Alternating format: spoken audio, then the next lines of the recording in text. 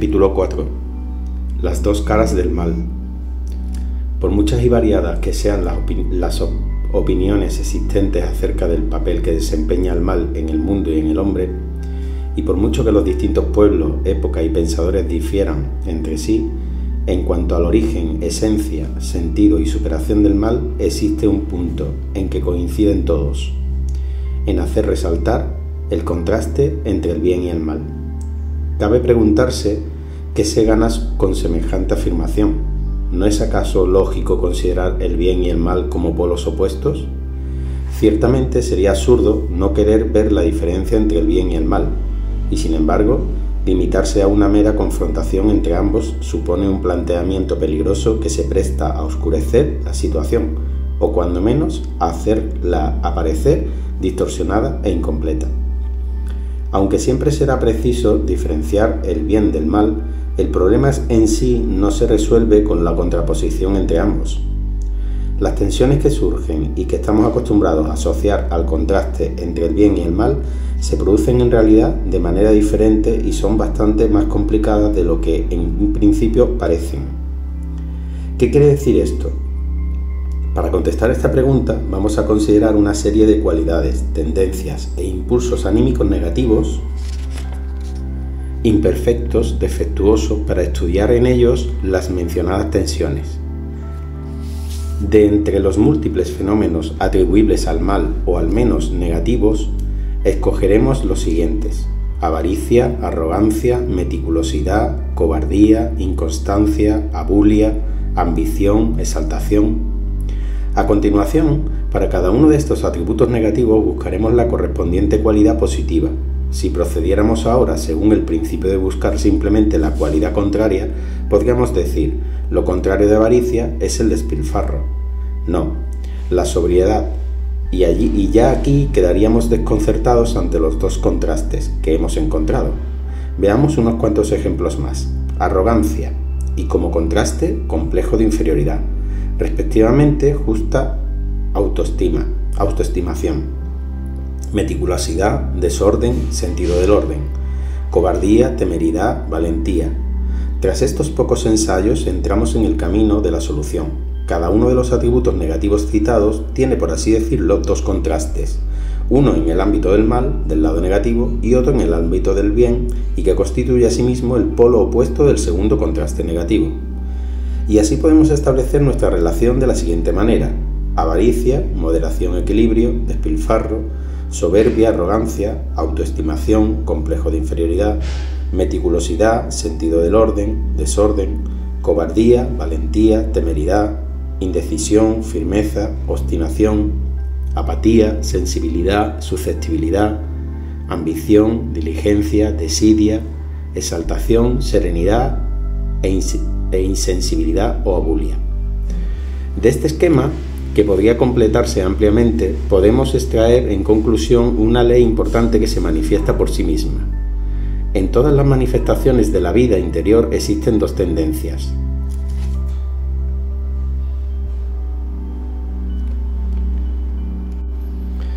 El mal intenta abrirse camino para introducirse en el alma del hombre a través de dos puertas. Entre las manifestaciones del propio mal surgen tensiones e imágenes contrarias que, formando parejas, se enfrentan entre sí. El verdadero bien se halla, no obstante, entre o por encima de los extremos respectivos, no solamente equilibrándolos, sino elevándolos y metamorfoseándolos, pues las dos fuerzas polares del mal se anularían mutuamente. En el supuesto de que dos fuerzas del mal polarmente opuestas actuaran con igual potencia en cualquier ámbito de la vida de un hombre, sin que mediara ningún otro elemento, veríamos que ambas tendencias llegarían a anularse. Supongamos un hombre que ante determinada situación de su vida siente con idéntica fuerza cobardía y temeridad. Si no interviniera él mismo en este juego antagónico de fuerzas, el resultado sería igual a cero. La valentía no nace de la simple mezcla de cobardía y temeridad, sino de que en el hombre se moviliza su propia voluntad que supera y metamorfosea ambas fuerzas contrapuestas. Así, el bien es en todos los casos el resultado de la lucha entre dos fuerzas opuestas, resultado que es decidido por la intervención de la voluntad humana.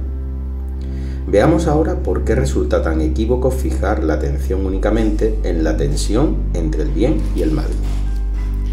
Realmente, el bien como tal no es lo contrario del mal, porque en esta cuestión no se trata solo de una dualidad de contrarios, sino de una tríada.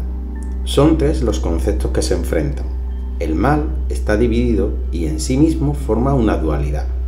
Por lo tanto, si queremos comprender claramente la relación entre el bien y el mal, no debemos pensar en una contraposición como la de arriba y abajo o derecha e izquierda.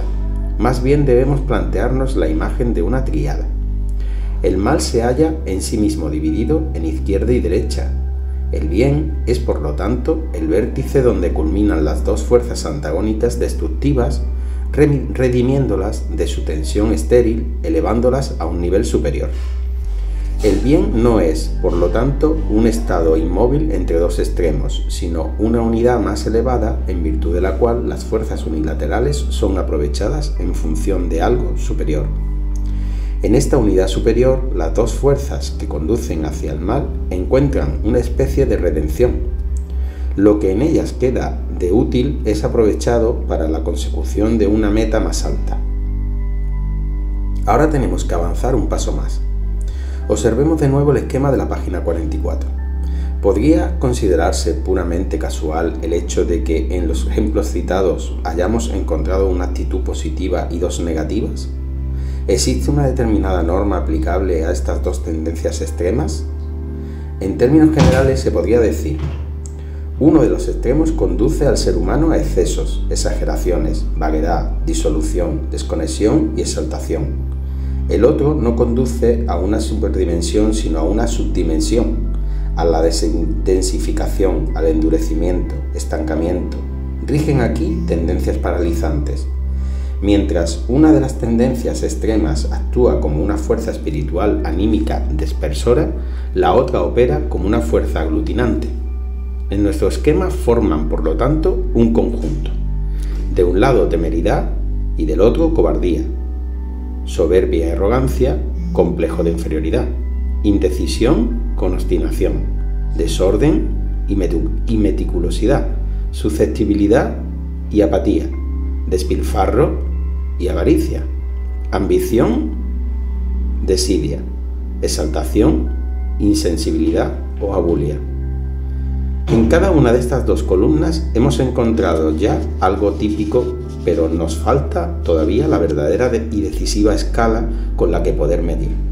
Tal escala de valores nos vendrá dada cuando tengamos en cuenta la relación del hombre con la tierra. En ella tenemos que buscar el auténtico eje alrededor del cual gira todo el problema. El hombre ha entrado en este mundo al nacer, pero espiritualmente procede de reinos que no son de este mundo, a los cuales regresa con la muerte. La misión del hombre consiste en imprimir a este mundo terrenal el sello de aquel otro superior con el que se haya comprometido. O dicho de otro modo, el hombre cumple con su razón de ser cuando hace que el espíritu se manifieste en la tierra. Ahora bien, existen dos posibilidades fundamentales de desviarse: sucumbir a las leyes físicas que rigen este mundo y ser infiel a la misión espiritual del propio hombre, o bien no encontrar una relación adecuada con la tierra y sus necesidades, no tener los pies en el suelo, no cumpliendo con ello su tarea terrenal. Apego a la tierra y huida de la tierra son los dos errores vitales en los que el hombre puede incurrir. Y estos son también los denominadores comunes con los cuales formar un sinnúmero de quebrados a base de faltas y errores. Patrones con los que nos es posible medir la manifestación del mal en su doble vertiente. La columna situada en el lado derecho de nuestro esquema contiene algunas formas específicas de sobreestimación de lo terrenal. La de la izquierda, por el contrario, recoge muy diversas expresiones de una infravaloración de lo terreno. Las tendencias expuestas en una de las columnas constituyen formas camufladas y de apego a lo terrenal, y las de la otra, formas más o menos veladas de huida de lo terrenal. En los ejemplos antes citados se trata, sin excepción, de pares opuestos del mal, en los que es obvia su relación con el correspondiente elemento del bien. Con esto nos hemos procurado los instrumentos adecuados para poder también juzgar correctamente aquellas otras manifestaciones del mal que no pueden ser consideradas como extremos negativos de una superior unidad del bien. De hecho, podríamos también enunciar una larga lista de faltas y errores con respecto a los que sería muy difícil, si no imposible, encontrar para cada cual una imagen del mal polarmente opuesta.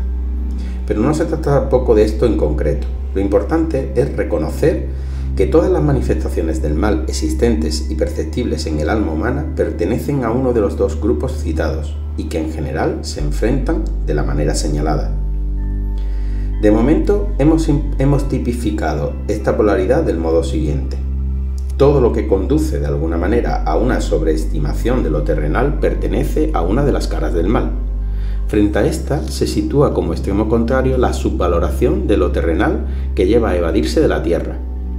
Sobreestimación de la tierra y apego a ella traen consigo como consecuencias endurecimiento, esclerotización, bloqueo, materialismo, estancamiento, parálisis y muerte.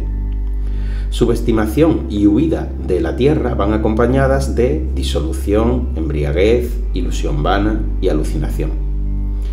Este doble papel del mal está íntimamente relacionado con la organización del ser humano. Cuerpo, alma y espíritu son los tres componentes del mismo. Por un lado, el alma experimenta la vida del cuerpo y recibe de él las impresiones del mundo físico, a través de los sentidos. De este modo, el alma participa en la vida terrenal y ésta a su vez influye en la vida anímica de las más variadas maneras.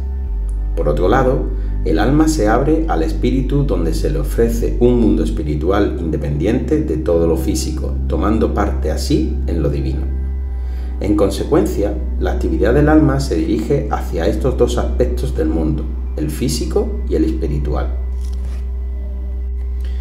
Con su ir y venir entre el mundo espiritual y el terrenal, el ser humano encuentra la armonía entre estos dos polos cuando logra introducir en sus vivencias la luz espiritual que resplandece en el alma, haciéndola irradiar en el mundo terrenal. En esta doble actividad residen el equilibrio y la superior unidad de ambas tendencias vitales del hombre que por sí solas conducirían al mal. Ahora bien, las dos fuerzas del mal tienden a fijar el péndulo en cada uno de los extremos. El objetivo de las fuerzas tentadoras consiste en encadenar el alma humana a su quehacer terrenal, pero de una forma total y exclusiva, de tal modo que le impide cumplir con sus tareas de iluminar lo terrenal con la luz del espíritu, atando al hombre a su existencia material y haciéndole así olvidar su procedencia espiritual. La otra fuerza tentadora persigue justamente lo contrario. Aspira a llenar el alma únicamente con ansia de entregarse con autosuficiencia a una vida interior meramente espiritual. Este poder inculca en el alma el anhelo de desprenderse de sus obligaciones y responsabilidades terrenales y vivir sumergida en una egoísta ambición de felicidad que no quiere saber nada de las necesidades y tareas de la tierra. Separar al hombre del espíritu y hacerle esclavo de la materia es el objetivo de una de las fuerzas tentadoras. Desgajar al hombre de su existencia terrenal e instalarle en una nebulosa apariencia espiritual ajena a la tierra y hostil a ella es el cometido del otro principio tentador. Lo primero arrastraría a la humanidad a un nivel animal, dentro del cual quedaría en la abúlica satisfacción de sus necesidades físicas. Lo último haría del hombre la caricatura de un ser angelical que, en actitud de arrogante orgullo y presuntuosa idolatría de sí mismo, sería infiel a su misión en la tierra. El resultado de estas posibilidades de descarrío en el camino de la humanidad será, por lo tanto, o bien una humanidad reducida a su aspecto animal, o una caricatura de los seres angélicos. Así pues, podemos observar que el mal y el bien no se enfrentan, de hecho, en una simple relación polar. Y sin embargo, ¿cuántas veces se formulan juicios morales a partir de una tal exclusión y oposición?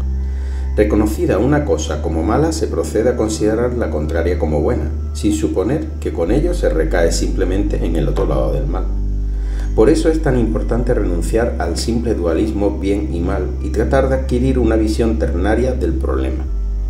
En cierto modo, las dos fuerzas opuestas del mal mantienen un equilibrio. Esta compensación de fuerzas, que generalmente se efectuaría de manera natural entre ambas, hace que en la mayoría de los casos no llegue a percibirse el doble juego existente. No obstante, este equilibrio natural, que se produce aparentemente por sí mismo, no basta, ya que acabaría por perderse en el vacío. El hombre tiene que aprender a desenmascarar el juego de las fuerzas existentes entre ambas tendencias y aspirar conscientemente a lograr por sí mismo un equilibrio, pues el equilibrio natural, por así decirlo, lleva todo lo más a un estado de quietud, de estacionamiento. Los platillos de la balanza se contrarrestan mutuamente, y si bien es verdad que de esta forma nada malo sucede, tampoco se produce nada provechoso, y como toda pasividad supone en realidad un paso atrás, la inmovilidad resulta negativa. El equilibrio deseable no puede consistir en una vana inercia, tiene que hacer brotar de sí algo nuevo y beneficioso. De la misma manera que la reacción entre dos polos, uno positivo y otro negativo, se utiliza para producir la luz, en la vida anímico-espiritual del hombre, la tensión existente entre los dos polos del mal debería ser utilizada para generar una fuerza espiritual que diera luz y vida. Porque si el ser humano no tuviera la aspiración consciente de alcanzar un equilibrio en un nivel superior, podría sucumbir ante el peligro de los polos del mal para caer alternativamente en cualquiera de ellos, al ser compelido unas veces hacia la degradación puramente animal y otras a un estado de nebuloso aturdimiento que sería el resultado de una vida interior trastornada y de envuelta en espejismos. Actualmente puede observarse cómo, de hecho, tales estados van abriéndose paso.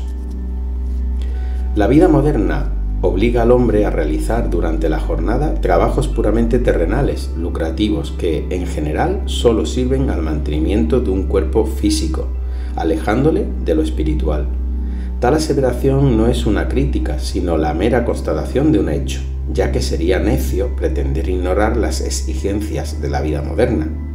Sin embargo, habría que impregnar la vida que nos rodea de fuerzas espirituales. En vez de ello, el péndulo suele inclinarse hacia el lado del relajamiento y dispersiones embriagantes y perturbadoras que permiten huir de la realidad.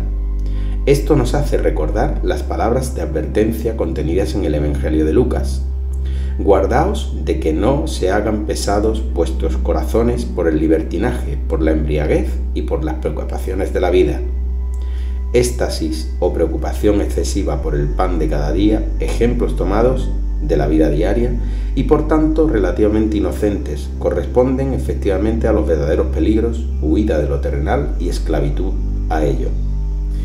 Es muy significativo que muchos contemporáneos nuestros, en especial jóvenes, quieran escapar del materialismo cotidiano recurriendo a productos químicos como LSD, la mescalina, la marihuana, el hachís, el opio, etc., trasladándose artificialmente a estados anímicos de éxtasis para huir de la falta de sentido de su existencia, sucumbiendo así al principio que conduce a la evasión de lo terrenal. Hay que tener presente que en ocasiones es difícil reconocer la manifestación de ambas fuerzas tentadoras en el escenario de la vida humana, y a veces se presenta de forma confusa. Con lo que se acaba de exponer, solo se ha pretendido indicar el sentido general y la diferencia fundamental que existe entre las dos fuerzas. No obstante, una vez que comencemos a observar atentamente la doble naturaleza del mal, podremos aprender a discernir en cada caso ante cuál de ellas nos encontramos. También nos daremos cuenta de que esta ambigüedad desempeña en nuestras vidas un papel mucho más importante de lo que creíamos hasta ahora. Por supuesto, no debemos imaginarnos las manifestaciones del mal en el sentido de que las que arrastran hacia la tierra operen siempre desde el lado corporal y las otras siempre desde el anímico espiritual. Ocurre más bien que ambas fuerzas pueden actuar tanto dentro de lo espiritual como de lo anímico y de lo corporal, manifestándose, como es natural, en cada una de las partes constitutivas del hombre, cuerpo, alma y espíritu. Todo lo que el alma vive como agitación, efectos y pasiones corresponde generalmente a los efectos de aquella fuerza tentadora que pretende transportar al hombre a esferas ajenas a la tierra. A la misma categoría pertenece la disposición anímica que considera como algo bajo, indigno e inferior el ocuparse de los asuntos terrenales. Bien conocida es la postura de aquellos que viven al margen de los problemas materiales, que sólo se encuentran a gusto en la contemplación puramente anímica, ese deambular vagando por mundos emocionales, actitud que, si bien puede proporcionar una gran satisfacción, es estéril para la vida, porque con ella el hombre es atraído cada vez más hacia pensamientos y emociones fantásticos e ilusorios. Soñadores que quieren dar la felicidad al mundo, fanáticos religiosos, ascetas que desprecian al mundo. He aquí algunos exponentes de esta actitud. También habría que mencionar aquí todo aquello que, como mística sentimentaloide, ocultismo confuso y pseudoespiritualidad altiva, influyen de manera perturbadora en la mente de los hombres. Todas estas tendencias de disolución y confusión conducen al hombre a una apreciación errónea que falsea el mundo real, impidiéndole apreciar lo que hay de necesario y válido en la tierra, e impulsando al así poseído hacia un supermundo fantasmal, poblado por innumerables ilusiones y creaciones absurdas del género humano. ¿De qué distinta manera se manifiesta en el alma el poder cósmico petrificante? Su campo de acción hacia que buscarlo, sobre todo en la actuación del frío intelecto en relación a la materia. Toda actividad intelectual en el ámbito de lo material corre el peligro de resecarse y vaciarse de espiritualidad. El tentador va venciendo al alma. Al estar siempre ocupada ésta en fórmulas inanimadas y rígidas leyes, el alma acaba por secarse y endurecerse, siendo alejada de su manantial original, marchitándose en un mundo de abstracciones sin vida, sucumbiendo a un formalismo hueco. Si la más brillante capacidad intelectual consigue engañarnos sobre la incapacidad de encubrir la rigidez vítrea de este mundo de leyes y fórmulas frías, fuerzas de muerte se van apoderando del alma. La materia triunfante vence al espíritu. Resulta obvio que la búsqueda científica está más expuesta a este peligro que cualquier actividad artística, que tiende más bien a la desviación antes mencionada de la embriaguez, la ilusión, la exaltación y el engañoso mundo de los sueños. En ningún caso se podría evitar el peligro. Es más, no debe evitarse, debe ser reconocido y superado. En relación con el proceso del saber intelectual en el terreno de la técnica, se le ha abierto un amplio campo de acción a la tendencia petrificante en el mundo. El espíritu de la máquina, que domina hoy en día gran parte de la vida, celebra triunfo tras triunfo en un proceso desespiritualizador del hombre y de la tierra. Esquematismo y uniformidad técnicas en todos los ámbitos atrofian cada vez más cualquier creación personal y espiritual del hombre. La técnica y el intelecto son dos necesidades ineludibles e insustituibles de nuestro tiempo. Solamente locos y soñadores pueden anhelar un mundo en que no existan estas, pero la sequedad del alma, el embrutecimiento del hombre y su esclavitud a la materia se han producido como consecuencia de una técnica y una inteligencia dirigidas exclusivamente hacia lo terrenal. Están conduciendo a la humanidad a una catástrofe de proporciones inimaginables. Esto no es culpa de la técnica, sino del hombre, el cual no invoca a las fuerzas espirituales antagónicas con las que se podría conseguir el sano equilibrio. En otros tiempos, el peligro de un alejamiento ilusorio de la Tierra era más fuerte que el de la atracción a la misma. Actualmente es este último el que, una vez evocado y continuamente reforzado después por el intelecto y la técnica, se ha convertido en el verdadero peligro para el hombre. Hoy más que nunca parece cumplirse la profecía de Mefistófeles, refiriéndose a Fausto, que devore polvo y con fruición, como mi tía, la famosa serpiente. Efectivamente, en tiempos pasados esta frase tuvo más bien un significado secundario. Así vemos que los hombres del Medioevo tuvieron que luchar más arduamente contra la otra cara del mal: superstición, brujería, magia, mística equivocada, exaltación religiosa, restos decadentes de una vida atávica, vivencia espiritual. Fueron, entre otros, los escollos donde fracasaron un sinnúmero de existencias humanas de aquel entonces. Hoy día, estas tendencias a la ofuscación y a la huida de la tierra no actúan con la misma fuerza que antaño. Hoy es mayor el peligro de sucumbir al ataque de las fuerzas que nos atan a la tierra y dan muerte a nuestra alma.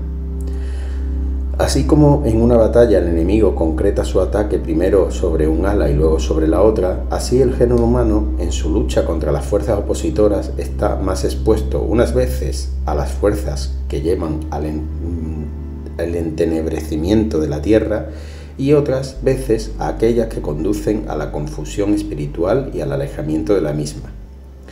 El cuadro del caballero entre la muerte y el demonio, que Durero creó con intuición artística genial, es la imagen del hombre. El bien se encuentra situado en el medio entre los dos extremos del mal, dominándolos y sobreponiéndose a ellos. Introducir el espíritu en lo terrenal y una autoeducación que cultiva las fuerzas del alma conducen a la superación de ambos peligros. Este tercer elemento redentor constituye el verdadero bien. Ahora bien, no hay que confundir esto con la tibieza y la mediocridad de los que, llenos de temor, se guardan de tomar decisiones y asumir responsabilidades. La áurea mediocritas, el justo medio, no tiene nada que ver con la postura del que vive sin querer comprometerse para no tener problemas de ninguna clase. Sería rebajar el bien considerarlo simplemente como una mera contraposición del mal. El bien es en sí tan perfecto que no conoce ningún enemigo. El bien no se opone, redime, en definitiva, no lucha, sana.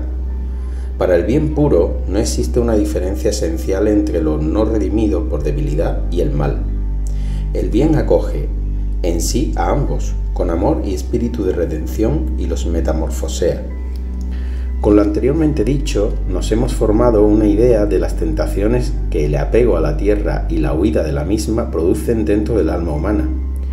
Ya no será difícil entender que los efectos de una y otra desviación anímica pueden observarse incluso en el cuerpo. Este y el alma están demasiado íntimamente ligados como para que los daños causados en uno de ambos no repercuta a la larga en el otro. En este sentido, sería lícito seguir el rastro de las citadas fuerzas del mal también en la vida corporal del hombre. Adoptar este punto de vista no significa en modo alguno caer en oscurantistas supersticiones de otros tiempos, en que se imaginaba la acción de estas fuerzas opositoras en un sentido puramente material, fantaseando con demonios y diablos visibles que tomaban posesión del cuerpo de los hombres. Puesto que la estructura físico-anímica espiritual del hombre forma, durante su vida terrenal, una unidad, la fuerza del mal, concebida como algo realmente espiritual, puede manifestarse en cada una de sus partes constituyentes como consecuencia de esa íntima compenetración de cuerpo, alma y espíritu. Visto de esta manera, nada tendría de extraño considerar el mal en relación con los efectos que produce sobre el cuerpo. Todos los procesos que llevan a sedimentación y endurecimiento en el cuerpo, todos los fenómenos esclerotizantes y calcificadores constituyen la continuación de las respectivas tendencias iniciadas en el alma. Una actividad anímica unilateralmente intelectual sostenida durante años puede conducir eventualmente a sedimentaciones esclerotizantes de este tipo en el cuerpo. Los hombres cerebrales, dogmáticos, rígidos, secos, tienden a enfermedades tales como esclerosis y reuma con más frecuencia que los interiormente frescos, artísticos y vitales. Por supuesto que no se debe deducir de esto, a sensu contrario, que este tipo de enfermedades sean atribuibles siempre a una actitud anímica determinada, ya que pueden tener también otras causas, como por ejemplo las que derivan de la vida social. El intelecto unilateralmente orientado a lo terrenal ocasiona envejecimiento y decrepitud en el cuerpo y en el alma. En los cuentos populares, el frío intelecto cerebral está representado por una viejecita que aparece hilando sentada en la torre, y la joven que toma el uso para hilar también se pincha y cae como muerta. Todo lo que hace envejecer el cuerpo al cuerpo, que lo endurece y lo invade de sedimentaciones sólidas y malsanas, es efecto de la muerte que petrifica al mundo. Y, por el contrario, todos los procesos físicos acompañados de fiebre que, a modo de enfermedad, consumen y descomponen al hombre, son consecuencias de aquella otra fuerza que pretende seducirle a abandonar la tierra. Las emociones, el estado de embriaguez espiritual, el éxtasis y la alucinación anímica se manifiestan en el cuerpo por medio de la fiebre. Algunos médicos conocen la relación entre ambos fenómenos en determinadas enfermedades. No se debe pasar por alto el hecho de que en algunas enfermedades llamadas mentales entran en acción las dos fuerzas desviadoras con sorprendente claridad. Por ejemplo, la esquizofrenia, en el transcurso de la cual la conciencia se divide y la unidad de la personalidad se disgrega, es muy reveladora del peligro terrible y prototípico al que también está expuesto el hombre sano. Lo que ocurre es que en este, si bien existe la disposición en potencia, no resulta visible de forma tan pronunciada. El pensar, sentir y querer, que normalmente se hallan en una mutua relación más o menos equilibrada, se independizan en gran medida, como es sabido a lo largo de esta enfermedad, sin que siga dándose una coordinación lógica entre estas tres funciones anímicas. El pensamiento no puede ser controlado por la voluntad, y aislado de realidades vitales, transcurre por entre una red de caminos imaginarios tejidas por él mismo. Y eso a pesar de que, dentro de su marco, puede de hecho resultar razonable y a menudo de una lógica inquietante. Lógica, no obstante, que es como automática, extraña a la realidad. El pensar se halla bajo la fascinación de aquella fría y astuta fuerza de la oscuridad y del automatismo. La voluntad, por el contrario, se mueve por impulsos e instintos, bajo el dominio de toscas emociones embotadas. Como en estado de embriaguez o como en sueños se llegan a consumar actos que no se hallan bajo el control de la personalidad. En ellos es posible estudiar la naturaleza luciférica que se caracteriza por la disolución y la ausencia de forma. El sentimiento oscila entre los dos extremos, pudiendo inclinarse bien por la triunfante soberbia, bien por la apática autodestrucción. No solamente en el cuerpo y en el alma, sino también en el espíritu del hombre pueden aparecer las polaridades descritas. Podemos servirnos de un ejemplo que muestre cómo incluso hasta en las concepciones y puntos de vista religiosos se dan una y otra. Así, el concepto de Drius y algunos otros tenían acerca de Cristo, en el cual no vieron más que un mito. Según ellos, Cristo no es un personaje histórico, sino la personificación de ciertos ideales humanos sublimes o de procesos cósmicos. Una opinión opuesta solamente ve en Cristo al gran hombre que, mediante la enseñanza y el ejemplo, ha fundado una nueva religión. Ambas son incorrectas. Cristo no era ni una figura mítica ni un ser únicamente humano. Fue de hecho, una personalidad histórica que vivió en la tierra en un cuerpo humano, pero fue más que un hombre. En ese cuerpo humano habitaba un ser divino superior, el Verbo mismo, el Logos. En la opinión que reconoce en Cristo solo al mito vive el seductor Lucifer, que pretende conducir la mirada del hombre a metas exclusivamente sobrenaturales, engañándole sobre la realidad terrenal.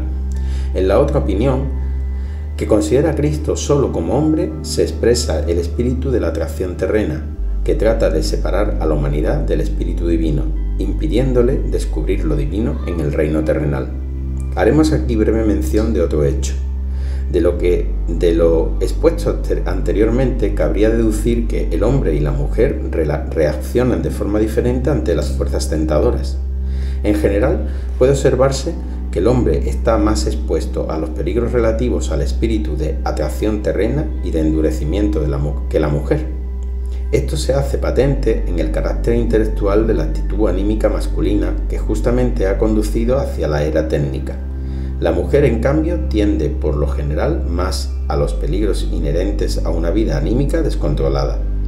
La mayor parte de los visionarios religiosos y de las personas proclives al éxtasis durante la Edad Media eran mujeres. Por ello la Biblia, de manera profundamente significativa, hace que el tentador se acerque a la mujer. Eva sucumbe a la tentación de la serpiente. Es el bello seductor que induce a la ilusión y el engaño, conocido por el cristianismo con el nombre de Lucifer. Por su parte, de la misma manera, el espíritu y la petrificación y de la atracción terrenal se aproxima preferentemente al hombre, cumpliendo así con el mito contemporáneo de las ciencias naturales y de la técnica materialista. Mefistófeles se dirige a Fausto para pactar con él.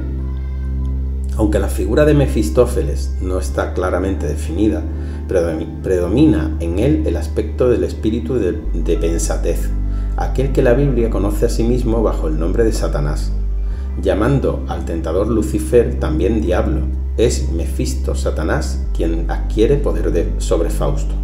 Lucifer diablo seduce a Eva. Estas son dos magníficas imágenes de fundamental importancia para épocas enteras.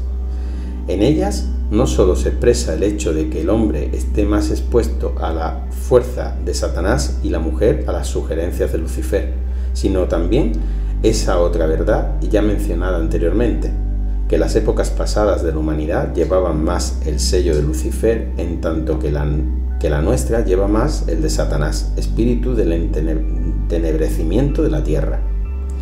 En cuanto a su distribución geográfica, la humanidad está sujeta a este doble principio de petrificación. Esta perspectiva de su doble naturaleza puede arrojar mucha luz sobre uno de los problemas más candentes de la actualidad. Nos referimos a la cuestión este-oeste.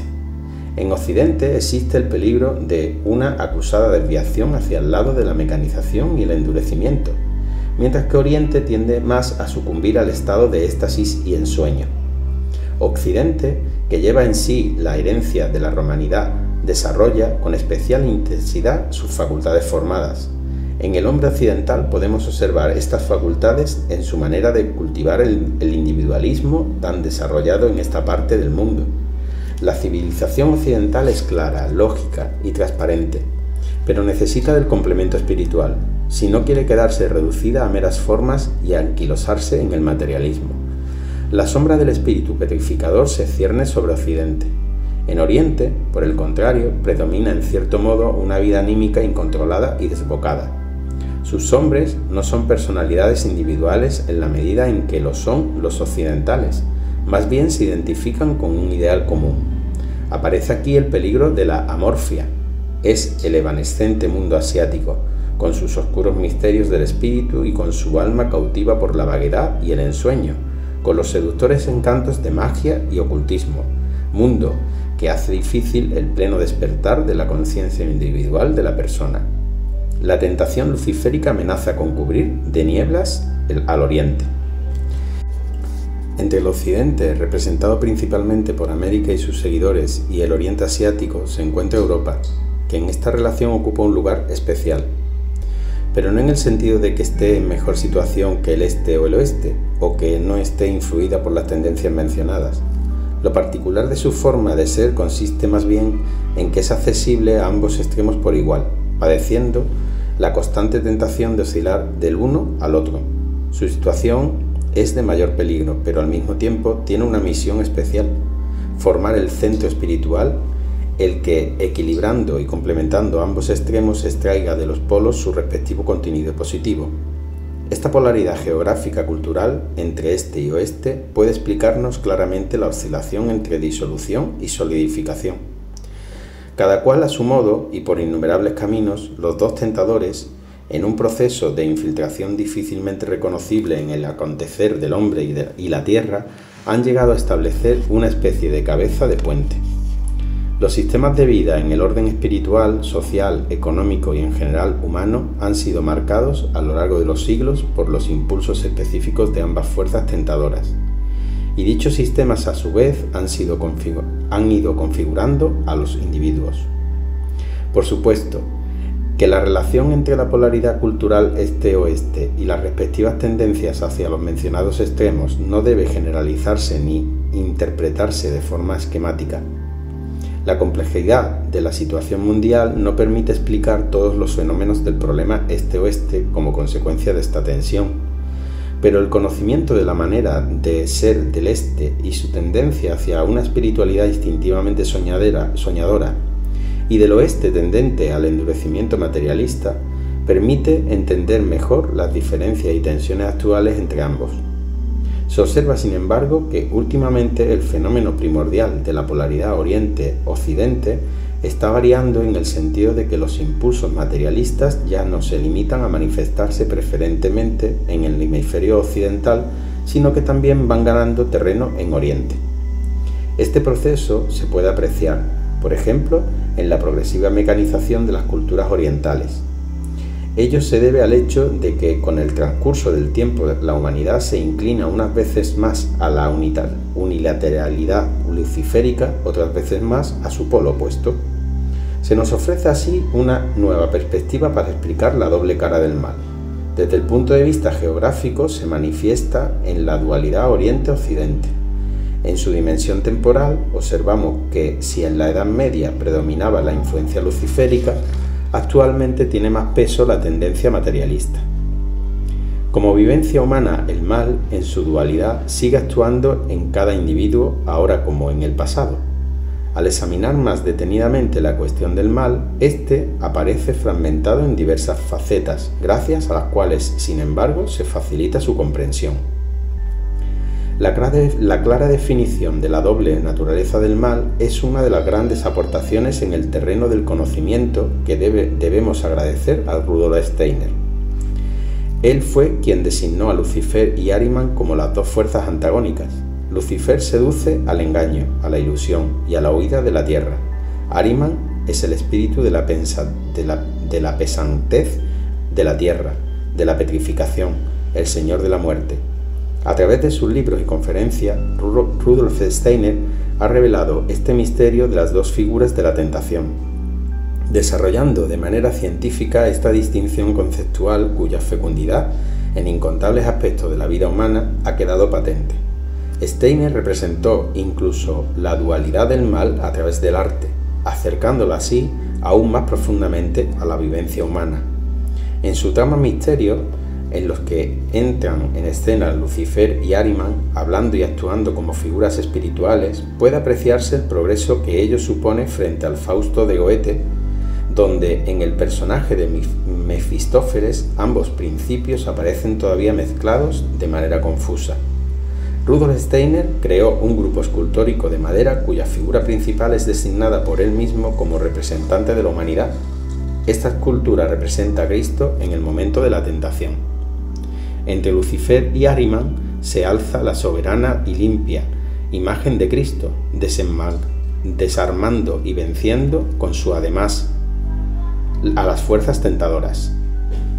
En esta imagen artística de Cristo entre Lucifer y Ahriman pueden intuirse el arquetipo divino del hombre, el cual para conquistar su dignidad humana tiene que luchar por un equilibrio entre los dos extremos de su posible extravío.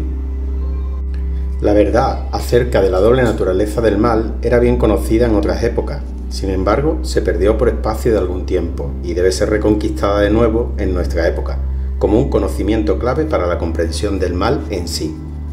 Así pues, en los misterios de la antigüedad se conocía el secreto de la dualidad del mal, que fue transmitido por medio de los mitos. De ello nos han llegado ciertas imágenes y palabras como últimas resonancias de una antiquísima sabiduría casi olvidada. Así, por ejemplo, en la mitología griega, la imagen de Escila y Caribdis, que dominando el estrecho desde ambos lados amenazan con devorar al navegante. También, como un último eco de la sabiduría griega de los misterios, encontramos la concepción de Aristóteles según la virtud, la cual la virtud únicamente se halla en el justo medio entre los dos extremos. Quizá también puede servir de ejemplo la extraña dualidad de la esfinge y la pirámide en la cultura egipcia. La esfinge como expresión proveniente del espíritu luciférico que arrastra hacia lo enigmático, lo ilimitado, lo místico. La pirámide con sus rígidas leyes formales, imagen de la muerte y de los misterios de las momias. En la mitología germánica se pueden detectar los dos aspectos del mal en Loki y la serpiente Midgard. por un lado, y en el lobo Fenris y en Hel por el otro. El Nuevo Testamento, aunque no desarrolla expresamente la relación entre las dos fuerzas tentadoras, entre sí y con respecto al bien, manifiesta sin embargo, mediante la ya señalada diferenciación entre diablo y Satanás, que el mal debe ser entendido como dualidad. Este efecto no ha sido tomado en cuenta hasta ahora por las concepciones teológicas usuales, que siempre partieron de la idea preconcebida de que solamente existe una clase de mal.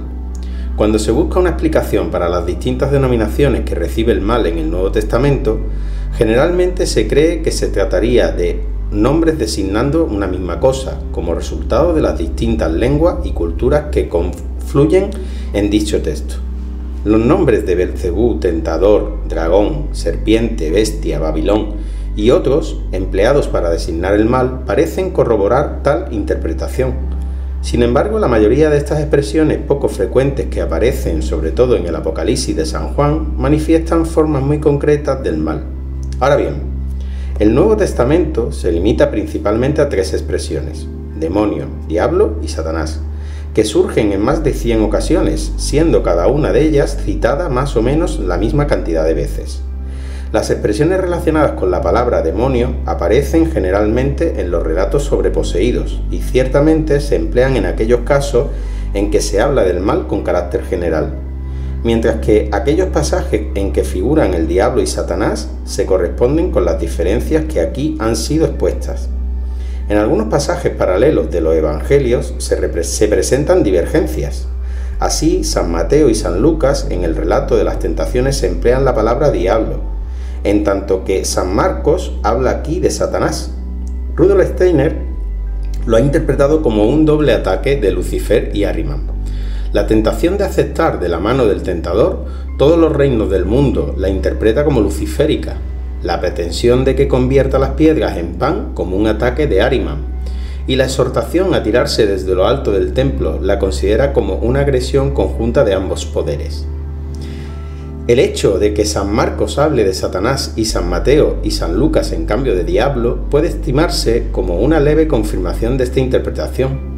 Da la impresión de que San Marcos hubiese fijado más su atención en el peligro ahrimánico, ya que no utiliza en absoluto el término diablo, e incluso la parábola del sembrador en la que San Mateo y San Lucas emplean de nuevo la palabra diablo, él otra vez escribe Satanás.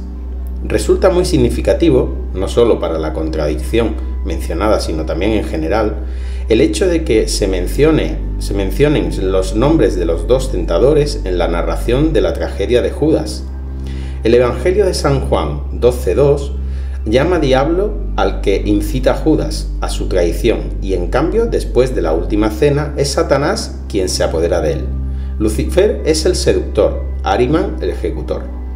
Con ello nos percatamos de que junto a la modalidad característica de actuación de estas dos figuras tentadoras, existe una ley general de acuerdo con la cual la actuación del uno trae como consecuencia la intervención del otro. En 2 pasajes del Nuevo Testamento se revela claramente el misterio de la doble naturaleza del mal. En el Apocalipsis de San Juan 12:9, con estas palabras: el gran dragón, la serpiente antigua que se llama Diablo y Satanás, y 20:3, que es Diablo y Satanás. Existen además una serie de descripciones en los Evangelios que, sin nombrar en concreto al uno o al otro, por la forma de su exposición evocan el doble principio del mal. De entre las curaciones efectuadas por Cristo, el Evangelio de San Marcos narra 2 hechos que tienen lugar en la sinagoga de Cafarnaúm. Uno es la curación, la primera de todo el Evangelio, del hombre poseído, 1:21-28. Un espíritu inmundo que agitaba violentamente al enfermo y profería gritos desde su interior es conminado por Cristo a salir fuera de él. El otro relato se refiere al enfermo de la mano seca y a su curación en la sinagoga de Cafarnaúm. No es difícil reconocer en el proceso los síntomas de una enfermedad provocada por Lucifer. Con igual claridad, las manifestaciones que afectan al otro enfermo son descritas como ahrimánicas. Cristo cura secuelas luciféricas y ahrimánicas de la enfermedad que afectan a la humanidad desde el pecado original. Así se desprende de la lectura del Evangelio de San Marcos. Los hechos relatados posteriormente pretenden dejar claro que no solo los directamente afectados sucumben ante las dos fuerzas tentadoras, sino que además muchos otros están expuestos al mismo peligro. Después del primer prodigio, circulan rumores acerca de Cristo. El temor, por otra parte, y una evidente excitación morbosa se apoderan de la multitud.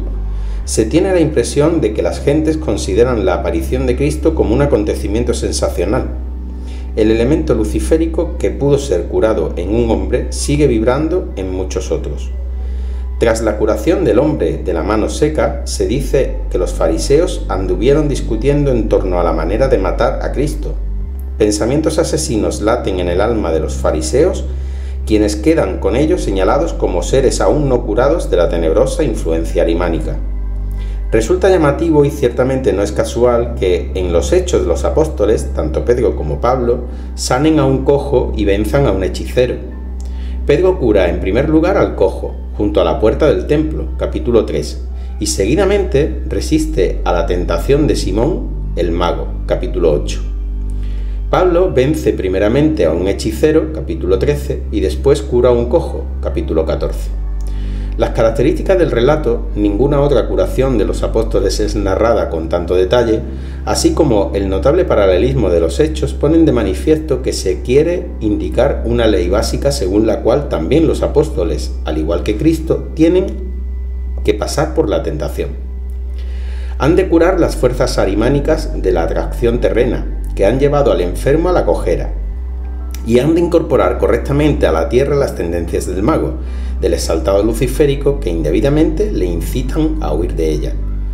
Pero cuando el Nuevo Testamento expresa con más fuerza el misterio del mal mediante el mudo lenguaje de la imagen, es en el momento cumbre del drama del Gólgota, donde Cristo aparece elevado en la cruz entre los dos malhechores. Aunque el Evangelio no ofrece ningún indicio para identificar a estos dos delincuentes con Lucifer y Ahriman, sin embargo, el hecho de que sean dos y en medio aquel que vence el mal, como pura imagen, podría servir para justificar su relación con el enigma que aquí nos ocupa. En esta hora, la más sagrada de la historia de la humanidad, no cabe pensar en casualidades ni trivialidades. Muchos criminales han sido ejecutados antes y después, pero los dos malhechores situados a derecha y a izquierda de Cristo expresan algo más que la posibilidad de arrepentimiento en el último instante y la inefable bondad del Hijo de Dios a asumir su sacrificio. En su grandiosa magnitud, esta imagen infinitamente conmovedora de Cristo crucificado entre los dos malhechores deja una huella indeleble en el corazón del hombre, como representación del verdadero bien divino entre los dos representantes del mal. Aquí se nos dice, en forma de parábola: contempla, oh hombre, al Dios elevado entre los dos que sucumbieron a la tentación. Así te encuentras tú cada vez que buscas el bien, enfrentándote a los poderes que indican los dos peligros que amenazan tu ser. Vence el apego a la tierra, supera la tendencia a huir de ella y, alzando los ojos a Cristo, despierta en ti fuerza necesaria para lograr la victoria sobre la muerte y el demonio. Esta fuerza para vencer al mal es la fuerza de Cristo, que consigue el equilibrio entre y por encima de los dos poderes tentadores y transmuta la tensión que existe entre ambos polos, conduciéndolo hacia el reino del bien.